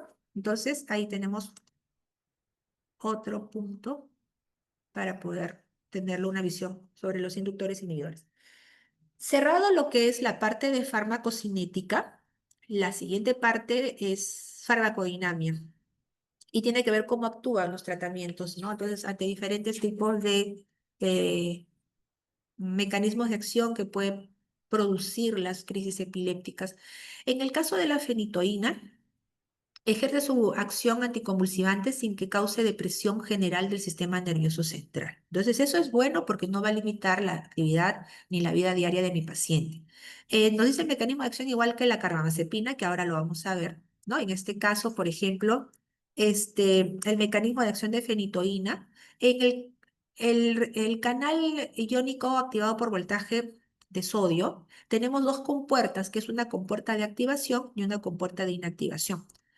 Lo que ocurre con la fenitoína para inhibir lo que es la despolarización sostenida que puede presentar las neuronas hiperexcitables es que va a prolongar el estado de inactivación de la segunda compuerta. En términos sencillos, bloquea mi canal de sodio, ¿no? Y esto no va a permitir que siga ingresando más sodio. Entonces bloquea los canales de sodio. Y esto lo tomé de Goodman y Hillman. Esto es el mecanismo de acción principal que tiene la fenitoína. Y recalco esto porque dentro de las literaturas podrían encontrar otros mecanismos, pero ojo, lo que se menciona en las literaturas también que lo que explicaría el efecto anticonvulsivante sería principalmente este mecanismo de acción. Podrían tener otros mecanismos de acción, mencionan las literaturas que hasta GABA, en fin, pero dice que a dosis por encima de las terapéuticas. Y al hablar de dosis encima de las terapéuticas, que podrían ser peligrosas, porque inclusive podrían traer un problema de descerebración en el paciente, a dosis por encima de las terapéuticas. Para tener un efecto GABA, para bloquear un canal de calcio, no habría, la verdad, mucho sentido en darle más de lo que corresponde. Entonces, a dosis terapéutica, el mecanismo de acción es bloqueando los canales de suelo. Vamos a ver cómo vamos con tiempo. Bueno, en el caso de las reacciones adversas, mm, tiene que ver con la cantidad, o sea, con la biodisponibilidad que alcanza el fármaco a nivel sanguíneo, ¿no? Entonces, por ejemplo, si hay concentraciones de fenitoína que van entre 10 a 15 microgramos por mililitro, ¿qué tipo de RAM se pueden presentar? Nistagmo, como lo que estamos viendo acá, sin diplopía, ¿no? Con diplopía, ¿no? Alteraciones de la coordinación, náuseas, ataxia, alteraciones mentales, vómitos, ¿no? Alteraciones cerebelosas e inclusive crisis convulsivas, o sea, como que algo paradójico a lo que se espera. Si estoy dando fenitoína para que no convulsionen, ya estas concentraciones plasmáticas convulsionan, entonces no sería un buen tratamiento, ¿ya? En el caso de independiente de la dosis, o sea que van a aparecer sí o sí por el uso crónico el uso crónico de la fenitoína, va a aparecer, por ejemplo, de manera aguda en tratamiento crónico a pesar de tener los niveles terapéuticos, hiperplasia gingival, hipertricosis, hirsutismo y ojo, esto es importante también. Acá vemos que este tratamiento lleva a un déficit del ácido fólico, de vitamina D o K. Ácido fólico importantísimo, ¿no? Por ejemplo, para el tema de por qué estos tratamientos pueden ser altamente teratogénicos en la gestación, porque ya de por sí va a haber, van a deplegar lo que es el ácido fólico, ¿no? Esto puede traer como consecuencia teratogenia, ¿no? Se va a presentar, hay un síndrome hidantoínico que se denomina, ¿no? Con el uso de la fenitoína, ¿no? Que se presenta en forma de labio leporino, paladar hendido, cardiopatías, ¿no? Ese síndrome, lupus, disgrasias sanguíneas, por ejemplo. Eh, ¿En qué tipo de convulsiones yo voy a utilizar la fenitoína? Podemos utilizarlo en convulsiones parciales tónico-clónicas, pero no en las crisis de ausencia. Y vamos avanzando. En el caso de la etosuximida, por ejemplo, esto es un tratamiento que se puede utilizar para la crisis de ausencia, como que lo vamos a ver en un ratito, ¿no? Reduce lo que ya comenté, los canales de calcio en las neuronas talámicas, ¿no? Bloquea los canales de calcio y eso va a ayudar a reducir lo que es la hiperexcitabilidad, ¿no? Que puede ayudar a disminuir, si hay menos calcio al ingreso presináptico, recuerdan que hablamos en el caso de la sinapsis glutamatérgica, al tener menos calcio, menos liberación de neurotransmisores tipo glutamato, por ejemplo. La etosuximida puede ser, puede presentar malestar gástrico, ¿no? Incluyendo náuseas, vómitos, somnolencia, letargo. Puede producir hematotoxicidad y se indica para crisis de ausencia y acá vemos en la pequeña presentando una crisis de ausencia, por ejemplo. Dentro de lo que es el fenobarbital, el fenobarbital, acá comenzamos a ver ya no solamente un mecanismo de acción, sino una combinación de mecanismos de acción.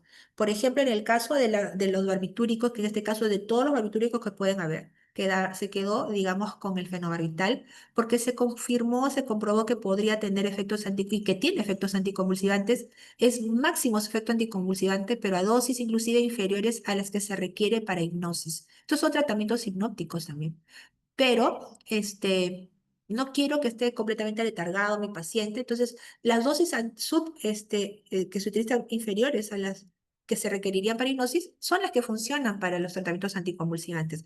¿Cómo funcionan? A través de mecanismos de acción que facilitan la acción inhibitoria del GABA, ¿no? Pueden aumentar el tiempo de apertura del canal de cloruro de su receptor GABA y eso aumenta la conductancia de lo que es el cloruro. Facilitan la acción del GABA, o sea, potencian la acción del GABA. En el caso del fenobarbital es GABAérgico porque facilita y potencia la acción del GABA. O sea, con el GABA aumenta la apertura del canal de cloruro. Pero también puede ser GABA mimético. ¿Eso qué cosa quiere decir? Que aunque no haya GABA de por medio, el fenobarbital activa directamente el receptor GABA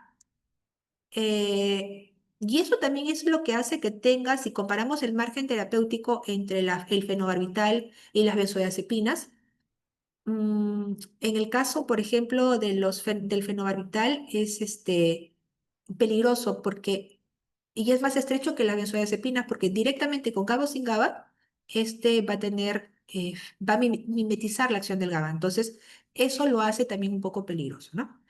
Bloquea también aparte, bloquea receptores para glutamato, los que decíamos también que había un problema ahí cuando aumenta la excitabilidad a través de los receptores para el glutamato, acá lo va a bloquear el fenobarbital. Y esa combinación hace de que sea anticonvulsivante. ¿Qué reacciones adversas? Vamos a ir pasando rapidito para que no nos gane la hora, chicos. Y vemos, por ejemplo, dentro de las principales, puede producir como consecuencia de la inducción hepática que tiene, hepatomegalia, ¿no?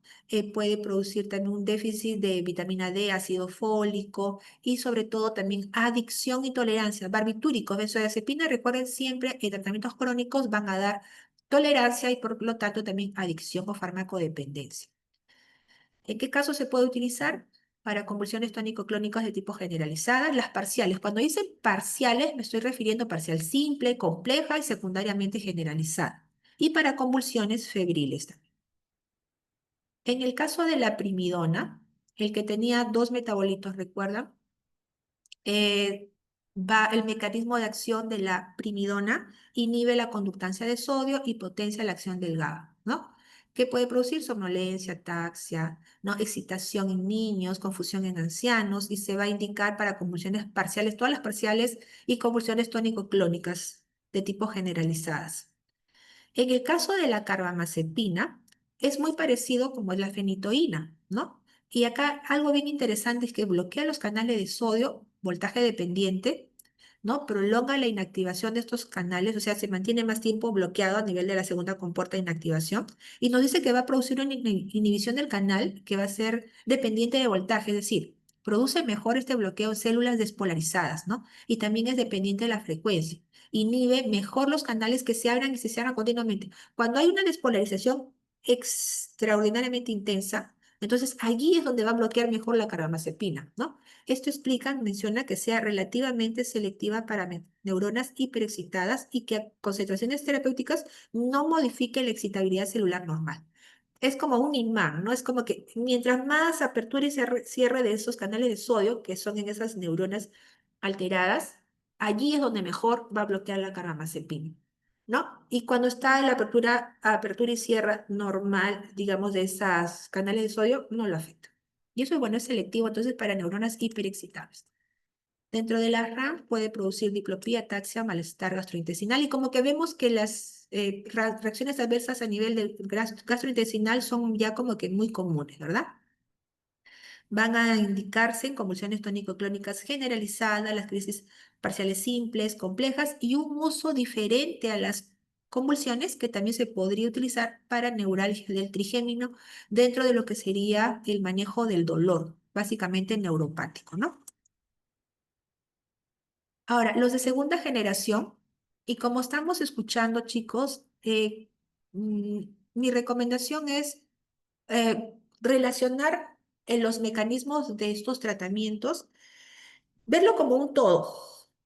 No sé, por decir, si me preguntan cuál es el mecanismo de acción del valproato o el ácido valproico, si solamente incrementa la actividad o la cantidad de GABA, sería incompleto. ¿Por qué? Porque además bloquea los canales de sodio y canales de calcio. Entonces, cuando está todo esto, recién es el mecanismo de acción completo del ácido valproico. Esto lo hace hacer, miren, estos mecanismos de acción porque va a incrementar la concentración de GABA, ¿no? Porque inhibe la enzima que la degrada, ¿no? La GABA transaminasa o la GABA T, que habíamos visto hace un ratito. Y aparte bloquea los canales de sodio y aparte bloquea los canales de calcio tipo T. Esto lo hace ser un anticonvulsivante de amplio espectro. O sea, puede, digamos, inhibir diferentes tipos de convulsiones, pero lo que suena bonito tampoco no es tanto porque también tiene sus RAS, ¿no? Por ejemplo, aparte de las molestias gastrointestinales, pueden haber lesiones hepáticas celulares graves, ¿no? Y mortales, inclusive en niños menores de 2 años. Y recordemos que las convulsiones por lo general se ven mucho también en niños pequeños, ¿no? Y si es que una señora, una mamá, una mujer tomó estos tratamientos durante la gestación, lo que puede originar es espina bífida en el paciente, ¿ya? En el bebé, mejor dicho, no en el paciente, en el bebé. En indicaciones terapéuticas, ¿en qué casos están indicados? En crisis de ausencia, convulsiones mioclónicas, las parciales y las tónico-clónicas generalizadas. Benzodiazepinas. Em, las benzodiazepinas, a diferencia de los barbitúricos son GABAérgicos, GABA-miméticos. En el caso de las benzodiazepinas, solamente son GABAérgicas, pero es suficiente para tratamientos agudos de las crisis.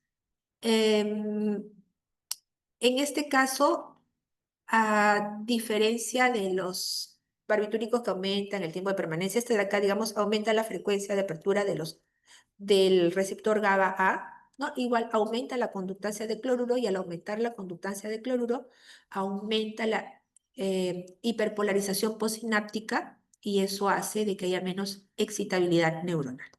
Entonces, como ya estamos viendo, lo que estamos revisando es que la mayoría de tratamientos van a actuar a estos sinapsis, y acá estamos viendo a nivel de las sinapsis GABAérgicas.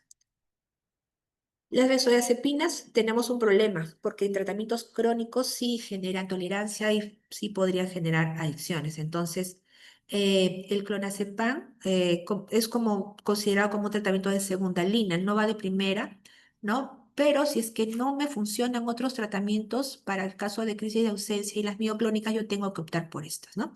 Lamentablemente, este tratamiento puede generar tolerancia, o sea que ya no va a funcionar en el paciente, ¿no? Y habría que requerir más y más dosis entre 1 mes a 6 meses del tratamiento. Ahora, el diazepam endovenoso va a ser el fármaco de elección para estatus epilépticos o el gran mal que se denomina, ¿no? Pero también el lorazepam y midazolam pueden ser igualmente o más efectivos, ¿no? Para atacar este gran mal o estatus epiléptico, que puede durar varios minutos y es muy, muy severo. Dentro de los fármacos de tercera generación, dentro de los fármacos de tercera generación tenemos, por ejemplo, aquí alfelbamato, mecanismo de acción, ¿no? Bloquear receptores para glutamato, los NMDA, aparte los de sodio, los de calcio, ¿no? Y puede producir anemia plástica, insuficiencia hepática aguda, y se utiliza para convulsiones parciales. Cuando están convulsiones parciales, se entiende que todas las parciales, las tres que habíamos mencionado, y las mioclónicas. Otro tratamiento de tercera generación, la lamotrigina, ¿no? Bloquea canales de sodio. Entonces, y ahí comenzamos a relacionar. Por ejemplo, acá solamente me dice, bloquea canales de sodio. Ajá. Entonces, es muy parecido a la fenitoína, la carbamazepina, que solamente bloquean los canales de sodio, ¿no? Y esto va a hacer que suprima las descargas neuronal rápidas y sostenidas. Puede producir sedación, diplopía, síndrome de Steven-Johnson, por ejemplo, y se utiliza para las epilepsias parciales o convulsiones parciales, las generalizadas o secundariamente generalizadas y las de primarias en niños, que son las primarias, las ataques o crisis de ausencia. Otro tratamiento que es bien curiosa la historia de la gabapentina, porque si lo escuchamos tal cual, la gabapentina suena a GABA, ¿no? Y cuando se descubrió la gabapentina, pensaban que actuaba a través del GABA directamente, ¿no? Como el fenobarbital o el diazepam, los benzodiazepinas. Pero la verdad que se encontró que el mecanismo de acción que se acepta, ¿no? Hasta el momento es que la gabapentina actuaría a nivel de las subunidades de los canales de calcio, o sea, a nivel de canales de calcio, pero en la subunidad alfa 2 delta, ¿no? Y esto hace que haya, digamos, una reducción en la liberación de neurotransmisores, ¿no? Y esto, al haber menor liberación de neurotransmisores excitadores tipo glutamato, por ejemplo, hace que haya menos hiperexcitabilidad neuronal. Así que de ahí no lo cambiaron el nombre y ya quedó como gabapentina. Pero tiene que ver con un bloqueo de los canales de calcio, ¿no? Que esto es a nivel presináptico, menos calcio, menos liberación de neurotransmisores, ¿no?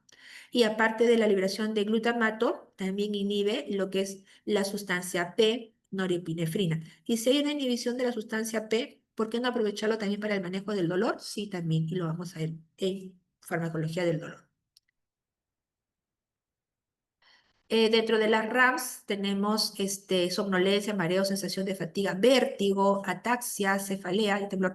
Estos asteriscos que le he puesto acá es porque importante, si estamos el paciente con vértigo, imagínense, sería bien bravo, ¿no? Todo el tratamiento crónico. Lo que se menciona es que estos efectos no deseados a la larga se genera tolerancia, es decir, a las dosis terapéuticas a la larga ya no va a haber vértigo, ¿no? Se puede utilizar como coadyuvante en convulsiones parciales, las tónico-clónicas generalizadas y en dolor neuropático, la gabapentina.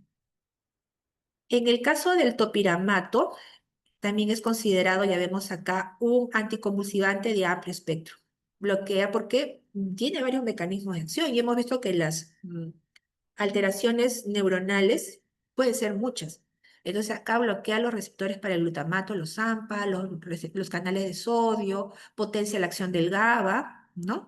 Y menciona que en un lugar diferente a lo que es donde actúa la benzodiazepina barbitúrico, no indica dónde, solamente dice en otro lugar. La RAS puede dar sedación, ataxia, pérdida de peso y nerviosismo, ¿no? Se utiliza para convulsiones todas las parciales y las tónico-clónicas de tipo generalizadas.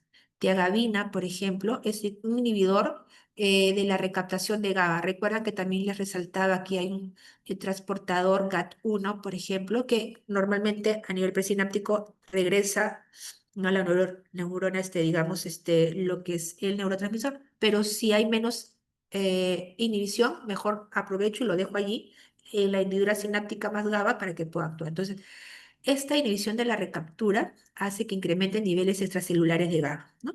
Y se puede utilizar en convulsiones parciales. Puede producir mareos, somnolencia, temblor.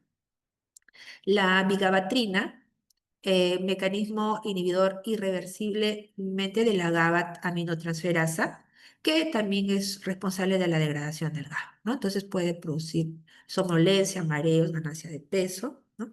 Eh, Reacciones menos frecuentes, pero más graves, puede dar agitación, confusión, psicosis y se utiliza para convulsiones parciales. Dentro de los de tercera generación, tenemos a la oxcarbamazepina, es la nueva, digamos, generación de la carbamazepina, ¿no? Es un derivado diaceto de carbamazepina, desarrollado con el fin de evitar autoinducción, y este es el plus que tiene la oxcarbamazepina frente a la carbamazepina, que es un potente inductor enzimático, ¿no? Entonces, evita la autoinducción y las interacciones farmacocinéticas del compuesto original. Bloquea los canales de sodio, ¿no? Durante el disparo neuronal repetitivo, mencionábamos esto también, y manteniendo y evitando la potenciación postetánica, ¿no?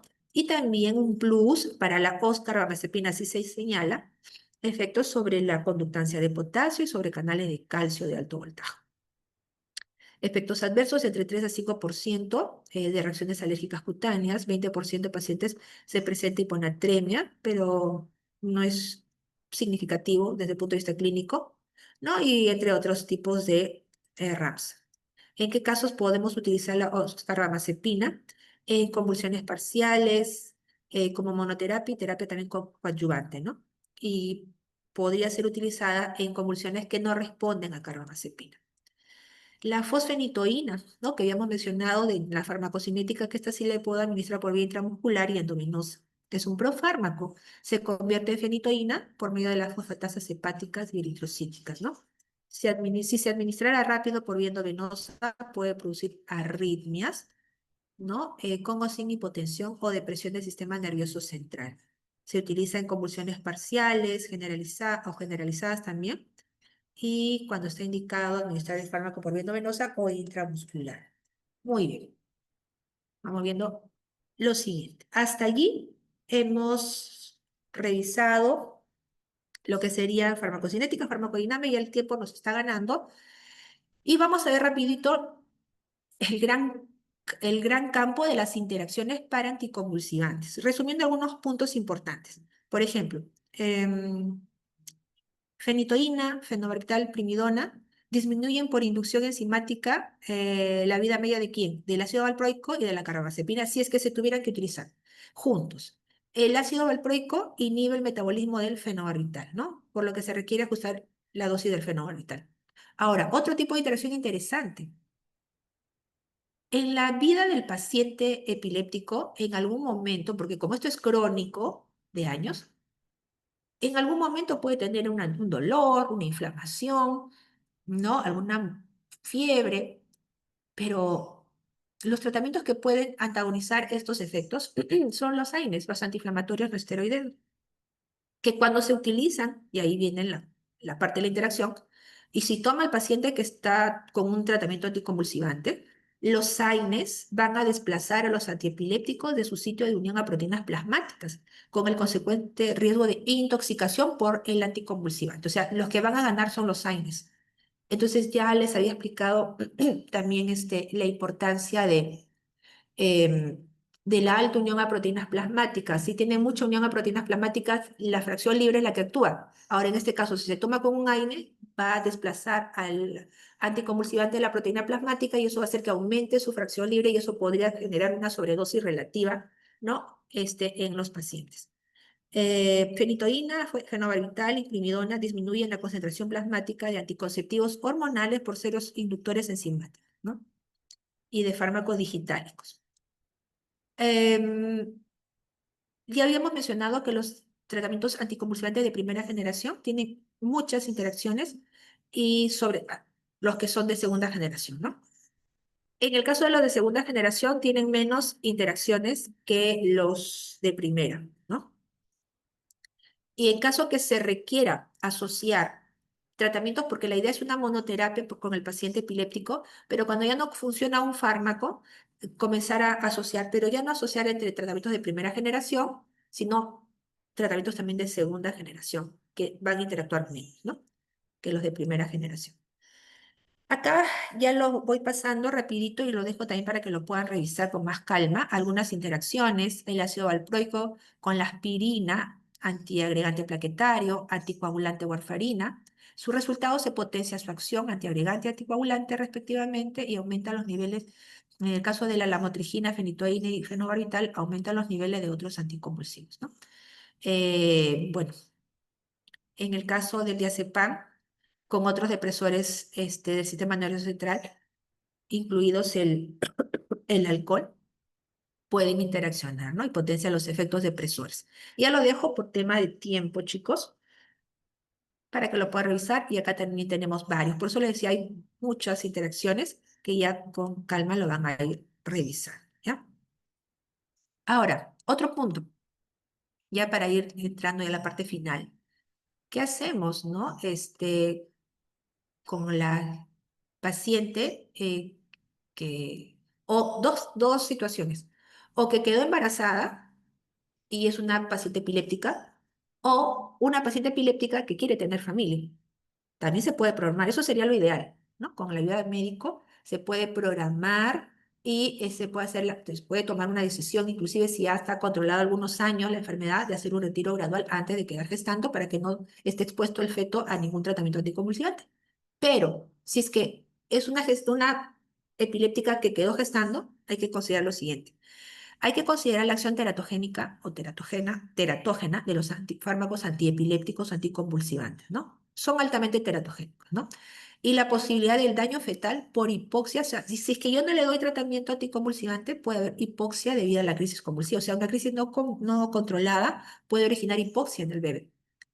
Es recomendable que previo al embarazo las crisis epilépticas hayan sido controladas por lo menos en un año, ¿no? Para poder ver si es que ya se va haciendo un retiro gradual del tratamiento, para que finalmente se retire y ver cómo responde la paciente, ¿no? Para que pueda tener un embarazo libre de anticonvulsivantes.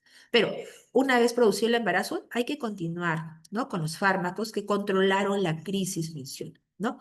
El que se cambie de fármaco durante la gestación puede traer como consecuencia de que no se controlen las crisis. O sea, si cambio este fármaco que sé que es altamente teratogénico por otro que no es, puede haber crisis, ¿no? Y efectos deleterios para la madre y el feto. Por eso que es un cambio bien interesante, porque la verdad se dice, si ustedes están ante paciente mujer epiléptica ya de años, hay que proyectarse, porque esto inicia por lo general en la niñez. Y si esto va a tener varios años después, con la enfermedad, si es que no logra, controlarse ante la supresión, mejor comenzar con algo que no sea altamente teratogénico, porque probablemente en el tiempo van a querer síntomas. Pero bueno, vamos rapidito. El ácido valproico, la carbamazepina, fenitoína, fenobarbital causan numerosas malformaciones congénitas, ¿no? Como defectos en el tubo neural, por ejemplo, ¿no? La lactancia no está contraindicada, ¿no? Ya que las cantidades de fármaco van a ser mínimas que van a pasar a través de la leche. El niño que nace con trastorno, digamos, de hijo de madre epiléptica que ha tomado tratamientos, los niños van a nacer con trastornos de la coagulación, ¿recuerda? Porque es un antagonista de la vitamina K. Entonces, se puede revertir con la administración de la vitamina K y ácido fólico. Y en el caso de una madre que haya tomado fenobarbital, el bebé también puede nacer con un tema de farmacodependencia, ¿ya? Ahora, acá tenemos la clasificación según la FDA de las categorías de riesgo de embarazo, que van desde los que son seguros completamente, tratamientos seguros, los que han demostrado, digamos, mejor dicho, a nivel preclínico, no existe evidencia de que haya algún daño con el feto, ¿no? De los animales, ¿no? No hay estudios adecuados ni controles en mujeres embarazadas, pero digamos que entre A y B estamos entre relativamente seguros, ¿no? Pero la C, D y la X ya son de mucho, mucho cuidado. Para tener una idea, la X crítico, C, D, hay estudios en animales que han demostrado efectos adversos y no hay estudios adecuados y bien controlados en mujeres embarazadas, igual peor en el caso de la categoría D. Acá lo estamos viendo un poquito ya rápidamente. Los fármacos anticonvulsivantes que son categoría C y los de categoría D. Y como vemos, es más la cantidad de fármacos anticonvulsivantes que van a presentar un mayor riesgo. Por eso se dice que son altamente teratogénicos, ¿ya? Acá tenemos también el tipo de alteración que presentan con el uso de estos tratamientos. Fenobarbital, por ejemplo, puede haber una presencia de labio hendido unilateral. Ahora, ya para ir terminando y cerrando, dentro de los principios generales del tratamiento, a ver, lo ideal, les mencionaba, está que el tratamiento sea básicamente con el uso y el empleo de un solo tratamiento, un fármaco. Es lo que se pide porque hemos visto la cantidad de reacciones adversas que puede generar. Se debe iniciar la administración de manera gradual, de menos a más, se va viendo la dosis hasta tener la dosis efectiva exacta para evitar las intolerancias, ¿no? Y aumentando las dosis hasta controlar las crisis convulsivas. El objetivo es que se inhiban las crisis convulsivas, ¿no? O hasta que los efectos adversos resulten intolerables. Se va controlando y se va manejando de menos a más la dosis. Lo ideal es un fármaco. Si el fármaco no es eficaz o parcialmente eficaz, se debe reemplazar por otro de segunda elección. O sea, se cambia. Lo saco esto y me voy con el de segunda. ¿Recuerdan cuando habíamos de primera línea, de segunda línea? A eso se refiere, ¿ya? Según el protocolo. Y si es que no funciona, por un tercero. Ahora, agoto mis posibilidades de monoterapia. Si la monoterapia no resuelve el problema, se procede ahí sí ya a combinar dos fármacos para el tratamiento de las convulsiones. Ahora, pero antes de llegar a eso, hay que examinar qué está pasando, porque puede pasar de que el tratamiento sea el tratamiento que corresponde, pero ¿qué pasa con mi paciente? De repente no hay medidas higiénicas para evitar los factores que hacen que desencadenen las crisis. Por ejemplo, está descansando adecuadamente, está durmiendo las horas que corresponde, está tomando otro tipo de tratamiento de repente que está interactuando y eso no le está haciendo que funcione. Hay que descartar esas posibilidades. La siguiente pregunta, ¿cuánto tiempo mi paciente va a estar con los tratamientos anticonvulsivantes? Depende. Yo les he puesto las dos opciones, chicos. Hasta hace algunos años atrás, me acuerdo cuando revisaba este capítulo de farmacología, la literatura nos decía que el médico podría animarse y a decidir el retiro gradual, porque ya no está convulsionando el paciente, las crisis han sido controladas y pasaron 3 años o 5 años, se podía comenzar un retiro gradual, gradual, gradual del tratamiento. Con los años, a nivel clínico, se ha visto que inclusive ya se podía hablar de un retiro gradual entre 2 hasta 4 años, ¿no? Aunque no hay normas sobre el tiempo en que debe retirarse. Una vez que ya se retira gradualmente estos tratamientos, ¿no? Un buen porcentaje de pacientes ya no vuelven a presentar convulsiones, pero en ese tiempo que se monitoriza, si es que una vez retirado todo el tratamiento convulsiona, hay que volver nuevamente y el tratamiento ahí sería de por vida. Eh, Repito acá, la retirada debe ser lenta en semanas o en meses. Ahora, conclusiones. Como hemos visto, la epilepsia es una afección crónica de diversas etiologías que dan origen a las crisis epilépticas, ¿no? De etiología primaria o idiopático secundaria, ¿no? O sintomática. Las convulsiones epilépticas, según etiología, como ya mencionábamos, primaria o secundaria, ¿no? Se debe hacer un buen diagnóstico para clasificar adecuadamente la crisis. Clasificada bien la crisis, podemos elegir tratamientos de primera, segunda o hasta de tercera línea. Las crisis se pueden, digamos, clasificar en convulsiones según el lado del hemisferio que se comprometa, parciales o generalizadas, ¿no? Dentro de la farmacoterapia no hay un consenso para el tratamiento anticonvulsivante, por eso que hay esquemas de tratamiento, ¿no? Cada uno de los antiepilépticos estudiados poseen características, como hemos visto, farmacocinéticas particulares y hemos visto los diferentes mecanismos de acción, ¿no? Que ya no voy a redundar y los principales interacciones, ¿no? Y antes de cambiar los tratamientos, también hay que ver, dentro de los principios generales, si los pacientes están tomando las medidas higiénicas adecuadas, ¿no? Y ustedes van a disponer ya en qué momento ya se decide el retiro del tratamiento. Muy bien, eso sería todo en cuanto a esta presentación. No sé si hay alguna pregunta. ¿Están allí? Vamos con... Sí, doctora. Gracias, chicos. Voy a dejar de compartir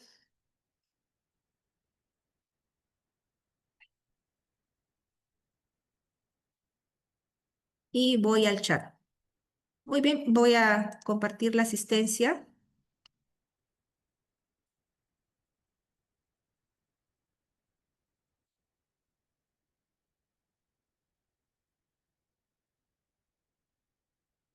Y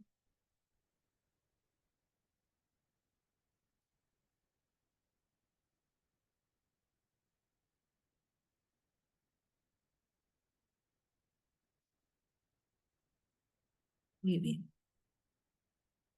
Muy bien, chicos. A ver, me confirman. Va a estar ahí unos 5 minutos, 9:40, hasta las 9:45 el enlace.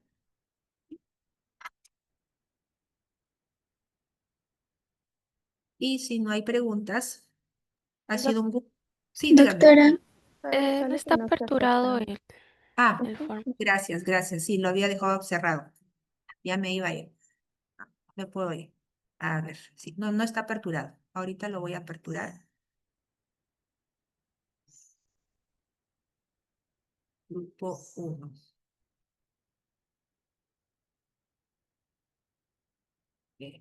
Asistencia, teoría anticonvulsiva antes.